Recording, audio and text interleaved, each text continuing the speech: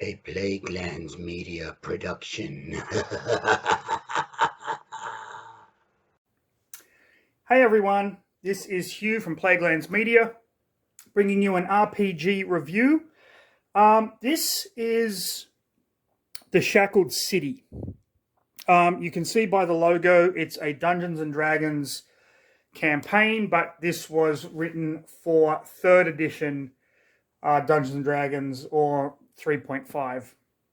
Now, all of the adventures that make up this campaign previously appeared in Dungeon magazine. Dungeon was the sister magazine to Dragon, and whereas Dragon had articles and reviews and things, Dungeon was scenarios, adventures that a dungeon master could run, slot into anything. Now, the Shackled City is an absolute epic beast of a campaign. We still have the map of the city. So I'm not going to go through everything. I'm just going to give you some kind of idea and highlights here. So the introduction gives us the backstory to this campaign, and it's really quite a harrowing backstory. It gives you all the cast of characters, everything that you need. The city of Cauldron, which is kind of built on the edge of this volcano. Timeline, rumors, characters, all that kind of good stuff, which every good campaign should have. The Dungeon Master, needs to be aware of the dramatis personae in the game. And basically, it starts out with the players at level 1, and it goes all the way through to the very end. The adventures at the very beginning are kind of stock standard. There's a lot of role-playing potential, fighting kidnappers, all that kind of thing. There's a ton of player handouts. So as we progress, like in a good campaign, the story gets more twisted. The monsters get more difficult. The players have more choices. So this is split up over, let's see, Fountain Flame, 9, 11, 12 chapters. So you get 12 adventures here that kind of make up this campaign where by the end of it, it's one of those you've definitely saving the world type of deals. You're dealing with demons and angels and all that kind of stuff. You're going to different realms. You're fighting dragons. It's just an absolute mammoth campaign that, in my opinion, could very easily be adapted to 5th edition if the Dungeon Master just sits down and kind of goes over it. And it's really just the skill checks and the monsters that you can you can easily adapt. So if we kind of keep going all the way to the end, we get to Asylum. The kind of backstory, spoiler alert, is an angel fell in love but was tricked by their lover, who was a demon, and imprisoned in a mental in an asylum, and ended up going crazy. And that is what's causing all the problems in the city of Cauldron. There's information for if you just want to continue the campaign, like keep your characters going, which is really cool. We got new monsters.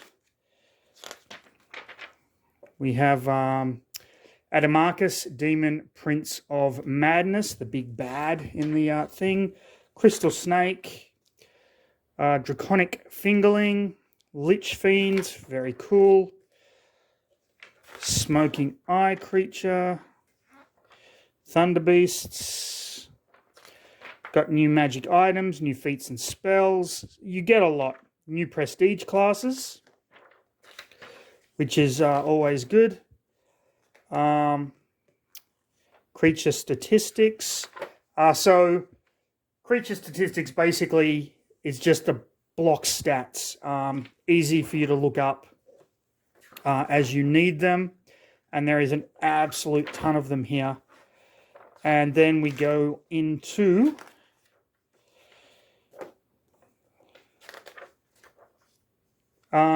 certain NPCs progression level through the campaign. So the NPCs in this campaign actually level up the same as the characters do. So if you met a character when you're level 1 and you come back and you're level 10, that character's also progressed, and it just shows you how to do that, which is a really interesting idea, and I really like that a lot.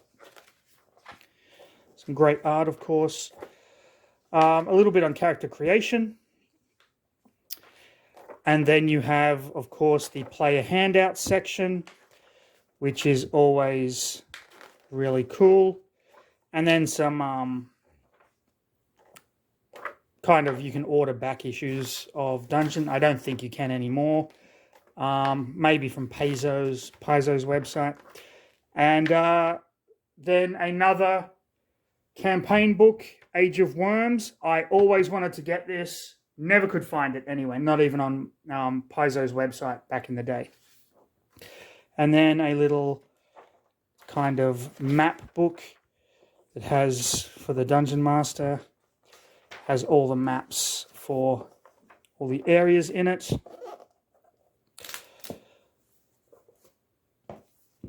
Really, really cool. Really, really cool. Now, Paizo used to release adventure paths for Pathfinder. They were phenomenal. They were absolutely fantastic. 5th edition, and they still do actually release them for Pathfinder, 2nd edition, and Starfinder. 5th edition Dungeons and Dragons, of course, you have the campaign books, which is a fully realized campaign. The first one were Fighting Dragons, the Rise of Tiamat and Horde of the Dragon Queen. You have one with giants, demons, undead, one set in Icewind Dale, Curse of Strahd, just a whole lot of them. And it's such a fantastic way to basically get people into the game. It's all good and well. Like, you can actually go back places like Drive-Thru-RPG and buy all of the old 1st edition, 2nd edition campaigns and whatnot, which is great, and easily adapt them. But for people that are new to the game, a Dungeon Master can buy the Player's Handbook, Dungeon Master's Guide, Monster Manual, and then one of the campaigns, and just, read it and start running it. Some are more difficult than others, but I love when you get a fully realized campaign that you have it there. It's like everything you need is in this book. The Shackled City, if you can get your hands on a copy and you're a fan of Dungeons and Dragons, highly recommend it. One of the best kind of campaigns, right up there with Pathfinder's Rise of the Rune Lords, which came in a book like this, even though it was like separate adventure paths. That thing was phenomenal. I actually started running it for my group many years ago now, and it was just so much fun. So yeah, hope you enjoyed this video. If you did, like, subscribe, hit the notification button, do all that good stuff. But most importantly, stay safe. Have a fantastic rest of your day. I'll see you in the next video.